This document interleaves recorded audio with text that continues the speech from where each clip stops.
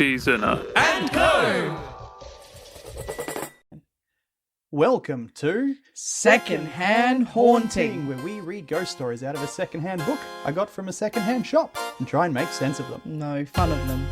Well, we try and make sense of them, Meticulously nitpick them. but then we do make fun of them. We're all cozy tonight. We are. It is smack bang in winter. It was Adelaide's coldest day all year yesterday. I believe it. And we are finally both well. Yeah, it's been a rough week and a half. Yeah. Well, Nearly two. If that. Yeah. So if you can hear our voices are a little strained, do not adjust your set. That is true. So we're going to ease back into things for the little one today. You going back to an old favourite? We sure are, Amber. Have you ever done one from True Irish Ghost Stories? I can't remember if I have. I think maybe in the I feel like early... I've read this book, though. What, from the amount that you've heard it on this show in the early days? Yeah. Well... Have you gone over your 10% free usage of this book yet? Well, you see, True Irish Ghost Stories by John Seymour and Harry Neligan was published in 1926. I see. So it makes it now 100 years old. Were there any reprints? Shush you. And also that's not quite how Australian copyright law works. Oh, okay. Because I believe it's 70 years after the death of the author. Ah. Now, I didn't look up when John Seymour and Harry Neligan died, but I think they would be okay with us using this as a transformative work. Yeah.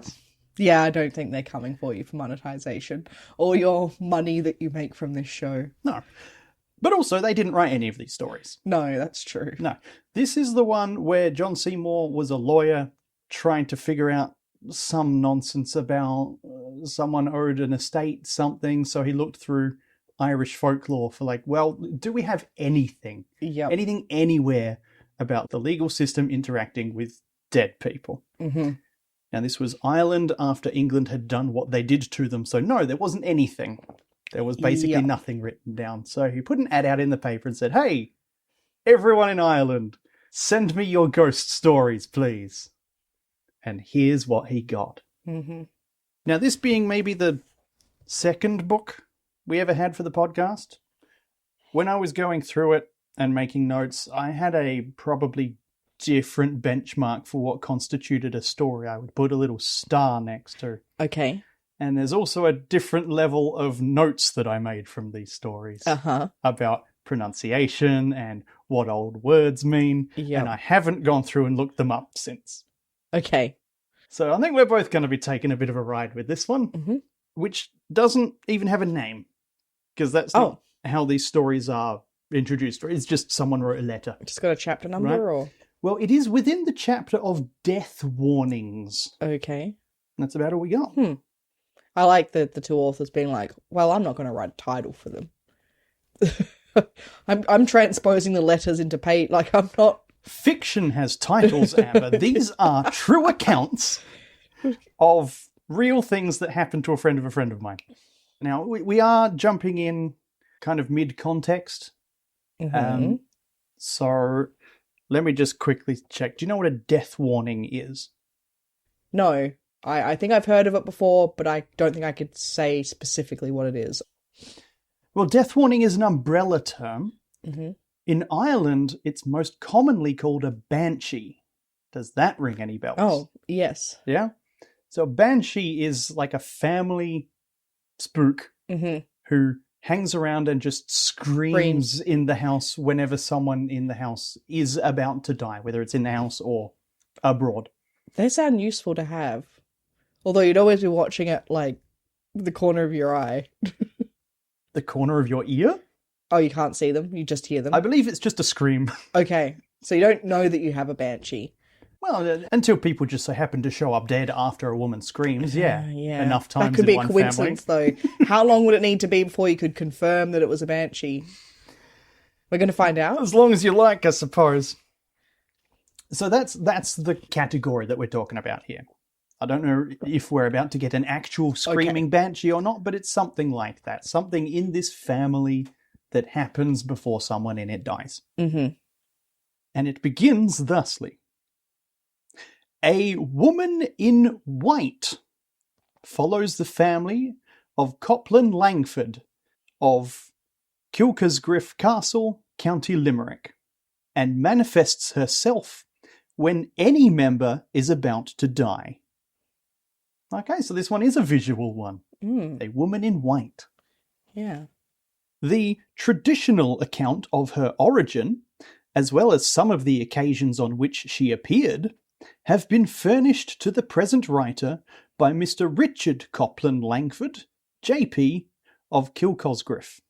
I'm guessing JP is Justice of the Peace, like it still is? Probably. So you know he's telling the truth. That's their job, right? Yeah, to record the truth. True. That reminds me, do we have a copy of our marriage certificate with the Justice of the Peace thing? Oh, thank God. I need it. Okay. Now, apparently I did go and Google Kilcosgriff Castle, and it doesn't exist anymore. Mm-hmm. I would assume that's true about a lot of these. Yeah. An awful lot of fortifications in Ireland aren't standing anymore for reasons that will remain English. Over 200 years ago, William Langford, a young man who was in the army, returned suddenly on leave to Kilcosgriff, and finding that the house was full of guests, declared that he would sleep in what was then known as... Care to guess what this room might be called? The woman in white, or the Banshee, or the death warning room? The haunted chamber. Oh, I do declare I will be sleeping in the haunted chamber. If anyone would happen to visit me in the evening. When retiring for the night, he placed a pair of pistols on the small table beside his bed. I thought it was going to say he placed a pair. A little midnight snack. So, Yum, yum, yum, yum. A pair of pistols. Okay, does he think that those pistols are going to do anything versus Ghost? Well, he's placed them there, thinking that someone might try to play a practical joke on him. So I'll kill them if they do. In which event he would give the intruders a good fright. I mean, look, you don't have to shoot the intruder, just shoot while there is an intruder, right? That's true. Yeah, I guess that's how I've jumped straight to murder. You could warning shot. Yeah, I think that's you. Well, it's a pair of pistols, one warning shot, and then... Yeah. About midnight, when he was going to sleep, he saw the door open slowly, and a lady, clad in her night attire, and carrying a lighted candle, enter the room. He pretended to be asleep, but watched her through his half-closed eyelids, and perceived that she had a magnificent diamond ring on her hand. She came slowly to his bedside, bent over, and looked at him. Then, turning down the clothes, bedclothes, I think that means. Yep. Got into bed beside him and extinguished the light. Right. So, lucky him. No. I don't know, how many people are getting around Limerick Island with giant diamond rings on their fingers? Limerick Island? What? Is that what you're calling Ireland? Island? Oh no, just County Limerick, sorry. Yeah, what? Yeah. I thought you were just calling the For a second I felt bad. I was like, wait, what? Am I wrong? I'm sorry. I thought for a moment you were referring to the entirety of Ireland as Limerick Once was Island. a place called Ireland. Sorry, what was the question? Are many women going around that place with giant diamond rings on their fingers? Plenty, but very few of them get into bed with strangers. He gently put his hand out. No. Stop. And touched. Oh, wait, okay. The hand on which sparkled the ring. That was a roller coaster. Buckle up. He found it, as he had expected. Warm flesh and blood. The lady was one of the guests, and was given to walking in her sleep. Oh, okay. Poor woman. At least he didn't grab anything else. At least he went for the ring. That sounded differently to how I thought. That's staying in. Amber, if you were in this situation, what would you do? And I'm him? Yeah. Or her, you know. Dealer's choice. Well, keep sleeping if I'm her, I suppose. Him? Probably get out of bed and leave the room and go sleep somewhere else or just inform someone else. So he took the ring off her finger and put it on one of his own. Yeah. What? Okay, sir, I guess if you knew that she was human, I'm under the assumption this is a ghost. It's not a ghost. No. It's a woman. So thieve from her. Don't forget, this is the story of the beginning of a family curse. Yeah. I mean, I guess that's the best thing that could happen to her in this scenario was to get robbed. After a very short time, she got up, relit the candle, and walked out of the room. The perfect crime. Stealing from sleepwalkers. Now, I don't mind admitting that I have occasionally sleepwalked. That's true, you have. I don't think I would have the wherewithal while sleepwalking to extinguish a candle, let alone relight one. You have turned the lamp on and off before. All right, rescinded, and we'll speak no more of my sleepwalking. Next morning, Mr. Langford came down to the breakfast room, where all the guests were assembled. While eating his breakfast, he displayed the ring somewhat ostentatiously. Not in the house with everyone. You nearly got away with it. Well, I think... Look what I've got. Well, I wonder where that came from. I don't think he's trying to steal it. I think he's trying to at least be like, well, guess what happened to me last night? Oh, Here's the evidence. Oh, maybe that makes more sense. I mean, we'll see where the rest of this paragraph goes, but... On catching a sight of it sparkling on his finger, a young lady, who was a stranger to him, was seized with faintness and had to leave the table. You know what? I gotta say it. Ladies, I think we've got to bring this back. A reason to just leave? Like, oh, I feel all faint, I have to go. Just the get out of jail free card for situations you don't want to be in? Oh, I've come over all faint and need to go into the other room alone. Yeah, I mean, it buys you a little bit of time to come up with an alibi, at least. Yeah. Oh, no. I was in his bedroom last night because, well, oh, no, wait, you know how I'm prone to sleepwalking. That wasn't her, was it? It doesn't say it's the same lady. Yeah. But I think we can assume at this point. Oh, I thought he would have mentioned that that's who it was. Okay. Well, he doesn't know who either of the women were. Oh, okay. After breakfast, as Mr. Langford was sitting on a seat outside the hall door, the same lady came to him and said, "Will you tell me where you got that ring? I recognise it as mine, but surely you did not dare to come into my room and take it." Fair question. "Most certainly I did not," he replied. "But to tell you the exact truth, you came into my room and into my bed, and it was then that I took it off your pretty hand. Take it back," he added. Okay. A bit less condescending, my man, but sure. I mean, you put that He's kind of the victim. Well, He's the victim of a medical condition that she can't control. And he wasn't like, "I'm sorry, you were sleepwalking. I took it. Here it is. No harm, no foul." You know, like... Now, he might not know that she's prone to sleepwalking. Oh. Again, she's a stranger to him, but other people in the house do know her and may know the condition. That's fair. "Take it back," he added. "And when you are doing so, you may as well take me with it." Blushingly, she said yes to his unusual method of proposal, and so they were married and lived happily. I was going to say, you know what? Maybe that is charming. Maybe I don't mind that pickup line. It's kind of sweet. It's kind of cute. I mean, I'm going to say I don't mind that. I've seen worse romantic comedies, yeah. Yeah. Can I have my ring back? Can you take me with it? Like, cute. Yeah, right. Yeah. She was Miss Gertrude St. Ledger, sister to the first Viscount Dunnerall. Okay.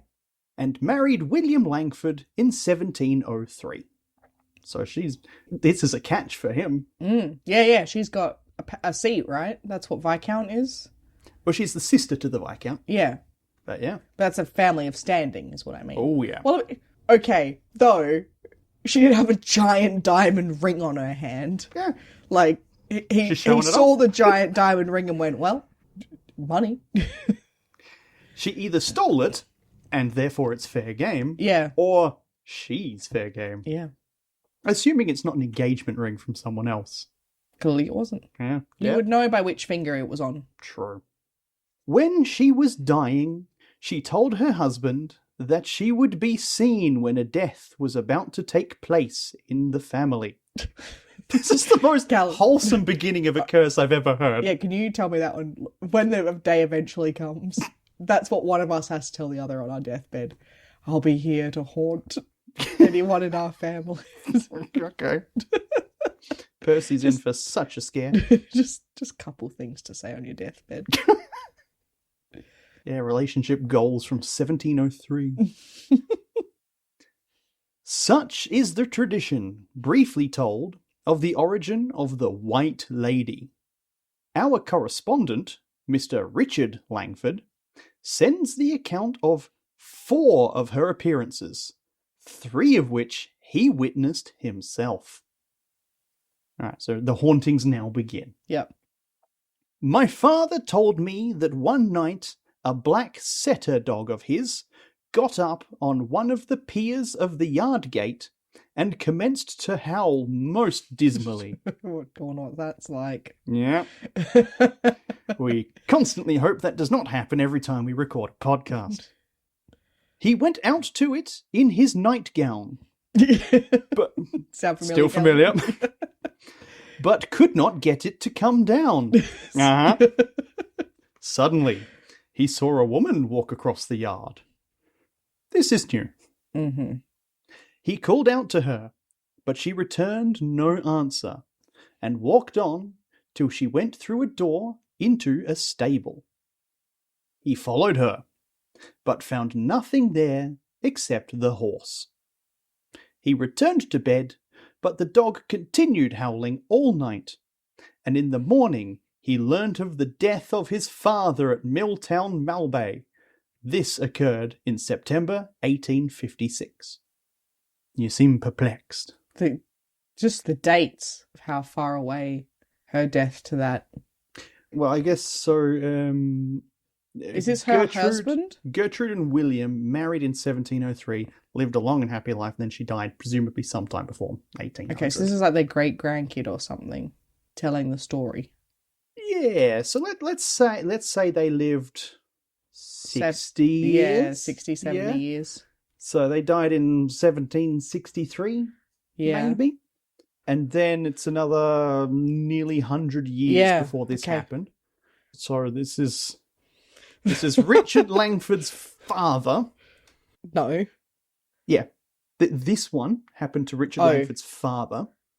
So I think it's probably fair to say that Richard Langford is probably could be maybe great-grandson. Either, yeah. Maybe even more than that. That's People were having a lot of kids back then. That's a long time for her words on her deathbed to hang around as a family legend. Yeah. And some say that Grandma will still show up. Although maybe other people had heard about it happening and this is just the accounts that he recalls. That's true. I suppose Richard believes his father, but maybe he's not quite so credulous when it comes to the older members of his family. Yeah. I mean, I love that story, the dog howling in the night. What would you do if you saw Percy howling at a woman in white outside? Nickname him the Banshee. What would I do if I saw Percy howling at a woman in white outside? Any given afternoon? Christ. Do you want to tell the people how you were outside throwing cashews at a cat? Well, it didn't work, so I used a towel. You pretended to be a ghost.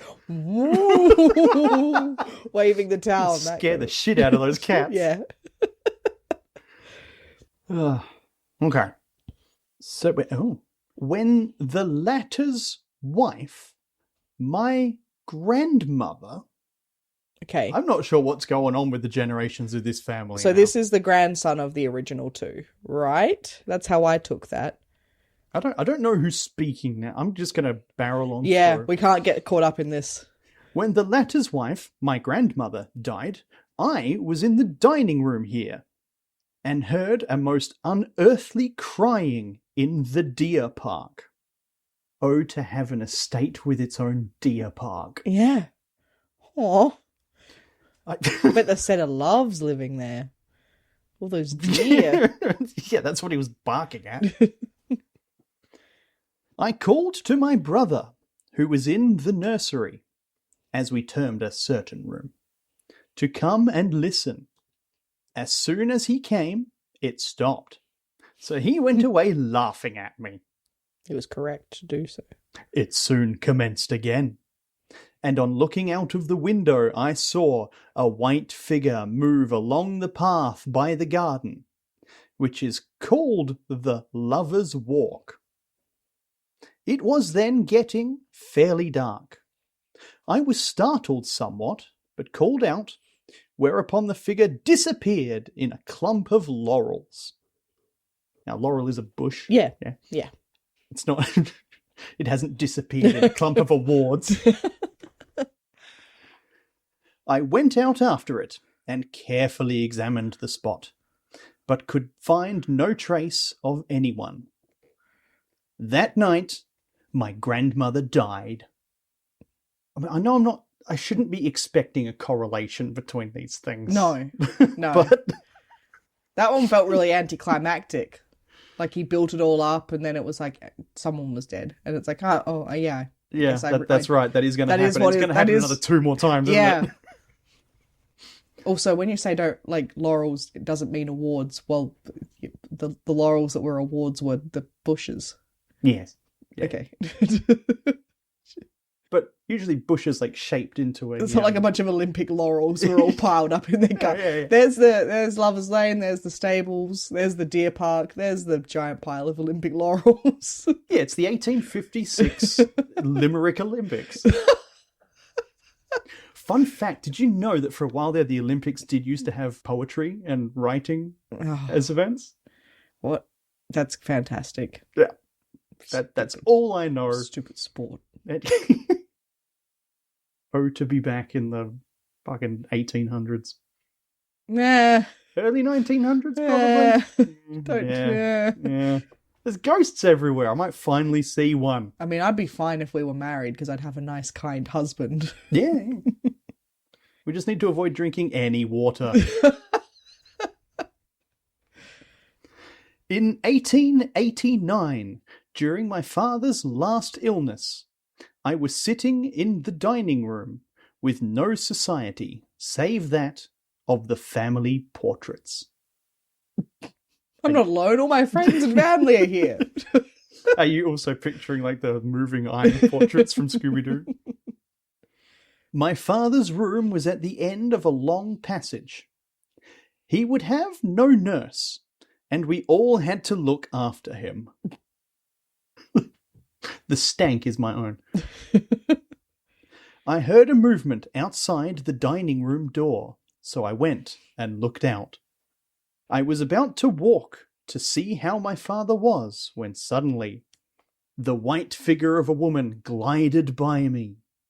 I followed her, but she vanished.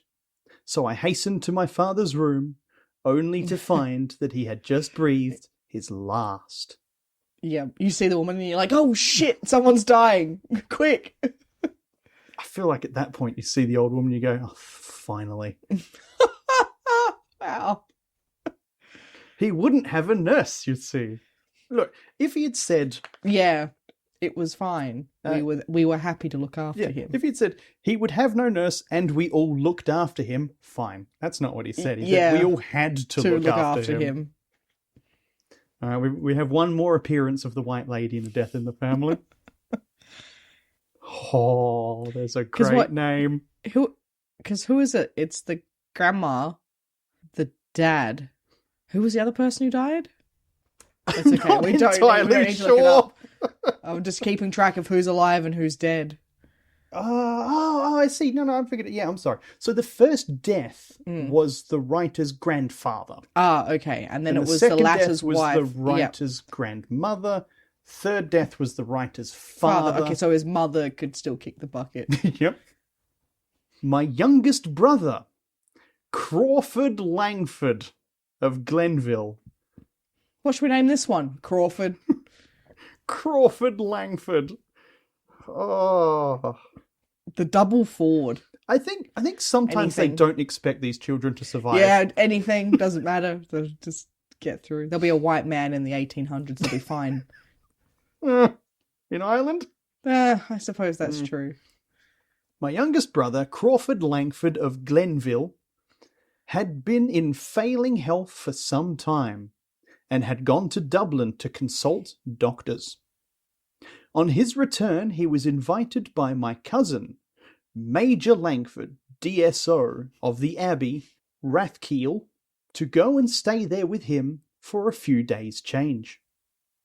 While there, he got worse, and the doctor said it would not be safe to move him.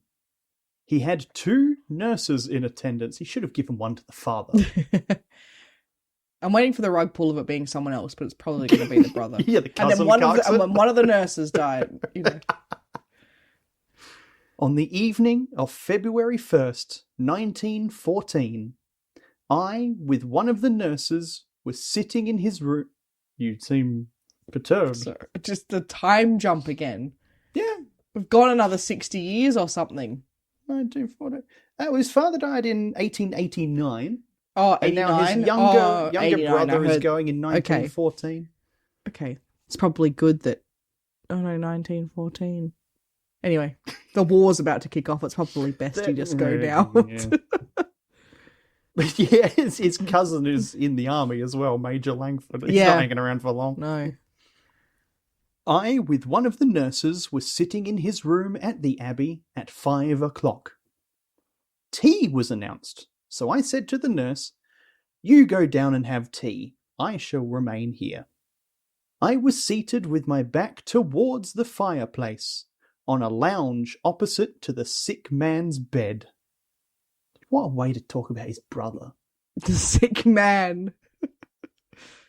Suddenly, the door opened and a tall figure of a lady in white walked, or rather, glided into the room. This is the most bold she's been. She went over to my brother's bed, put her arm across him, smiled at him, then looked at me and smiled, and then vanished. I wished to speak to her, but my powers of utterance failed me. My brother died 6 days later. Wow. The end. The end. Wow. 6 days later. 6 days? Oh, I think our lady in white's got her timing off a little bit, hasn't she? The others all died that day. This is the kind of moment where I feel like they believe it, because for any kind of storytelling, you would bump that number up. Like, died 6 hours later? Yeah, died that moment. Like, if you were trying to make it, if you were lying... Well, like, I think you'll find that the ghost got more inaccurate as the events happened closer to history. Yeah. So I think that probably has already happened to the earlier stories. Yep. If they happened at all. Yeah, that one feels like it's... Now, I'm not an expert because I don't do every episode and I don't remember them all. But that story feels like that's my curse. It's got the greatest time difference between instigating... Yeah. Like, in terms of one story. Yeah, I can't think of many other self-contained stories that manage to chronicle incidents over such a long period of time. Yeah, because sometimes you get stories and it's like, oh, we see soldiers from a long time ago. And it's like, okay, well, that was like a long time ago. But this is like an internal family haunting that's gone on for over 100 years. It was way longer than that, right? It was... Well, I mean, it depends. How do you... Well, because she said, I'm going to start haunting everyone when she died. So that's the start of the... She instigates the... I mean, yeah. So the story. She said she would start haunting people, and then 100 years later, she started haunting people. Yeah. That's still impressive in my mind. Yeah. That's a. And then the actual hauntings span 1856 to 1914. Yeah. And beyond. All that stuff at the start about how they met just has nothing to do with... She sleepwalks. So then...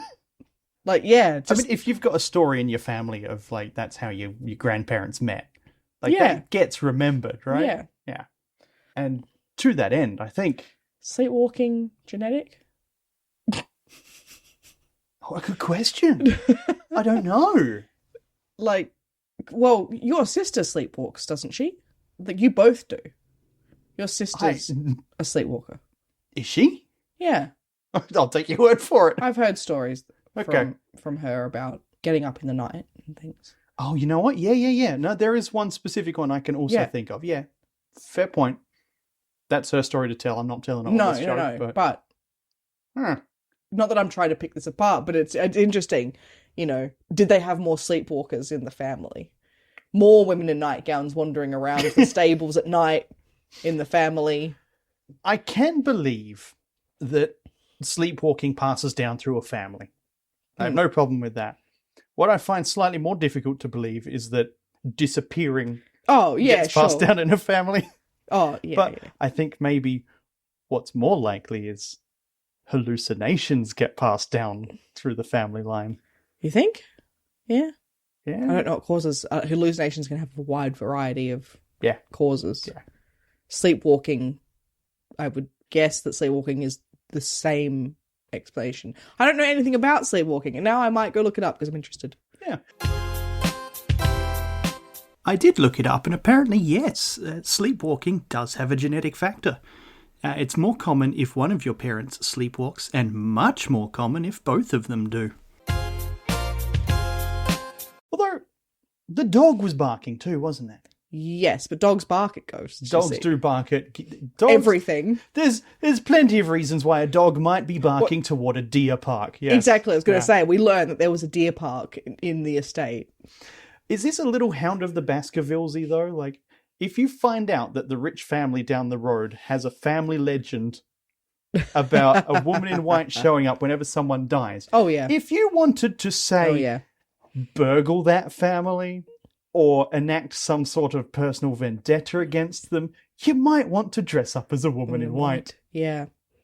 But then they'd be looking for someone to die. Well, simple. You cover up your crime by murdering somebody. Wow. I'm not saying I would do this, just that one might. I liked that story. I like the family sticking to it. Like...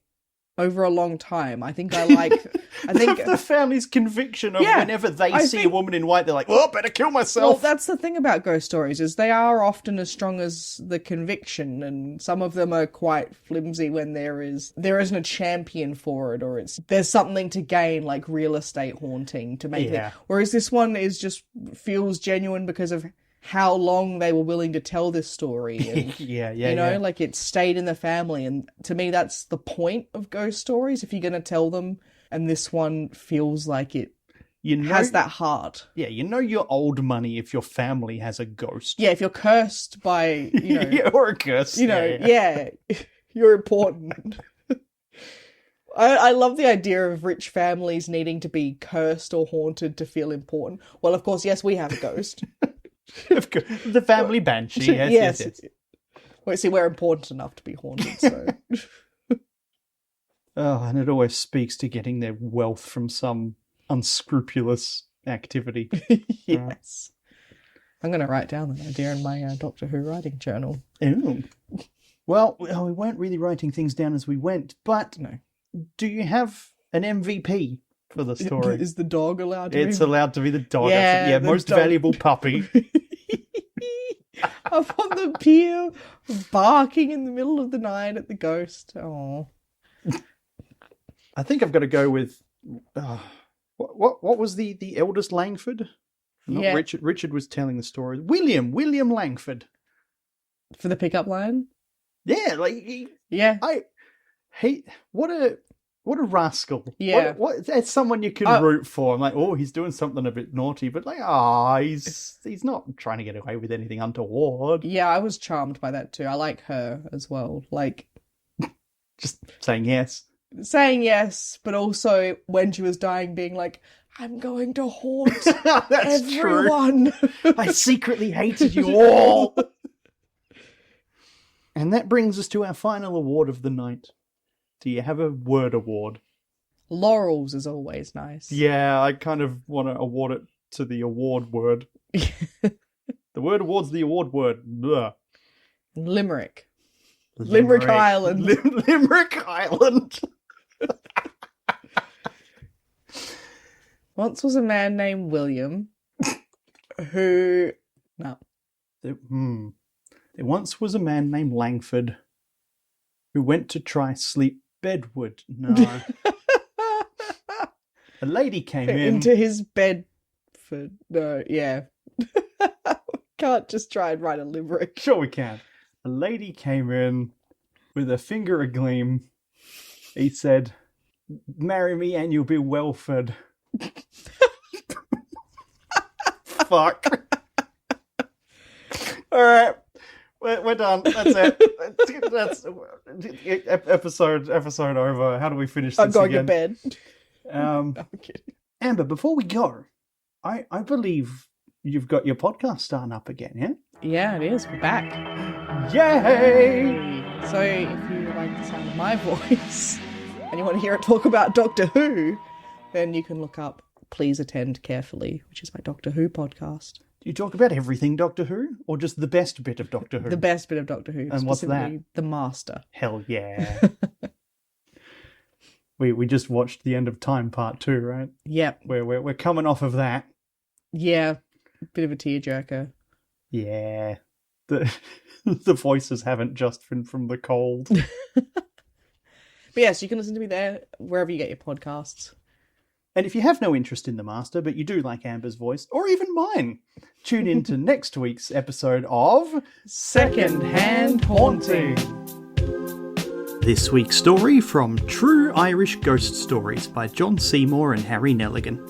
Episode edited by Callum Patrick for the Peas in a Podcast Network. And don't forget to like, subscribe, or recommend to a friend.